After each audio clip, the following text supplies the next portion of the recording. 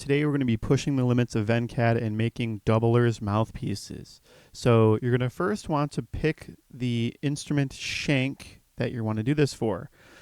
So for this demonstration, I'm going to be doing a coronet shank because a coronet shank is pretty small. All right, there is a step that you might not need for the video because depending on how different the shanks are, VennCAD will respond differently. So first, you're going to want to get some sort of coronet blank. If you're doing something pretty crude, I would just pick has an open throat already. I think the ACB ones are all pretty open. Let's do that. Why not? It doesn't really matter. You can also get a little more if you generate the mouthpiece. If you copy the reference, get a mouthpiece, then generate the backbore. We can really push the limits and we can go to more throat and we can make this a little bigger. There is a limit and it won't be super happy that you're doing this. You want to go as open as you can. Sometimes it will mess up the shank. We're going to export to STL, and if the shank looks fine, and it does, so we can't go backwards once we do this. You're going to want to save just the shank as its own file. You're going to hit browse and you're going to save that wherever you want to save it. I've already done that with another example, so I'm not going to do that. You now have to change the instrument. This is what will happen if you don't change the instrument. You will start to reach the bounds of the rim. So as you see, we don't have the whole rim here. Some of them, will, if it fits within that range, it will let you do it and it will work. But for this one, it doesn't. We need to make a mouthpiece that will fit the shank. And you're going to change it to whatever rim of the instrument that you want it to make. So if it's like a trombone rim, you're going to pick a trombone. It's going to complain. Now incorporate the new mouthpiece. You're going to want to make a rim gaff of the mouthpiece that you want to copy. And if you don't want to copy a certain mouthpiece in VennCAD, this is where you're going to draw it. But the important thing is coronet rim is much more thin than a trombone rim.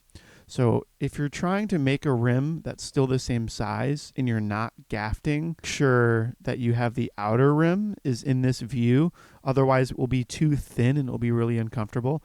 Because then you can always add more inner diameter, but you can't. VennCAD has a limited number for outer diameter. For some mouthpieces, you're not going to need to do the previous step.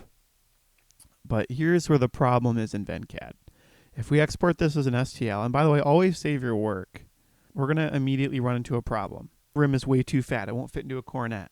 You could shrink the STL and then try to compensate and make the rim extra big. But what we're going to be doing is that's going to tighten down this throat, and we don't want to tighten down the throat. Do a screw top, and we're going to merge these files together. If you have a good enough 3D printer, from here you could just print off these two pieces and then only worry about printing tops. And then you could just thread them onto the same shank that you have. If you don't have a good 3D printer, you're going to need another tool called Blender. Now, this is free. I don't know how to do much other than what I'm doing in this video. Import those separate files. So this is where Blender thinks the object center is, which isn't quite true. So what we're going to do is we're going to move it kind of as close to center as we can. And now from here, this is what the move tool adjusts. So we're going to adjust the origin, which is where Blender thinks the center is. And we're going to move this as close to the center as we can.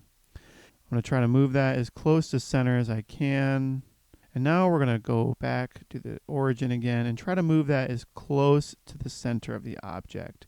Because what we have to do is we have to line up the shank with the end. So let's start out by trying to get the height right. And I just kind of eyeball it. So you move it up. That's too high. That's too low. Probably about right there. So you want to pretend to put the threads in. Because I don't have an accurate enough 3D printer.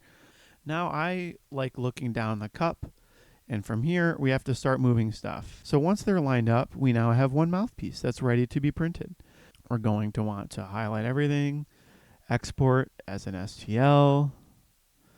And once you export as an STL, you can now bring it into your slicer. Have a mouthpiece that is goofy. It might have some modeling errors, maybe make some changes, maybe realize it was a complete waste of time because people don't usually do this for a reason, and that's it.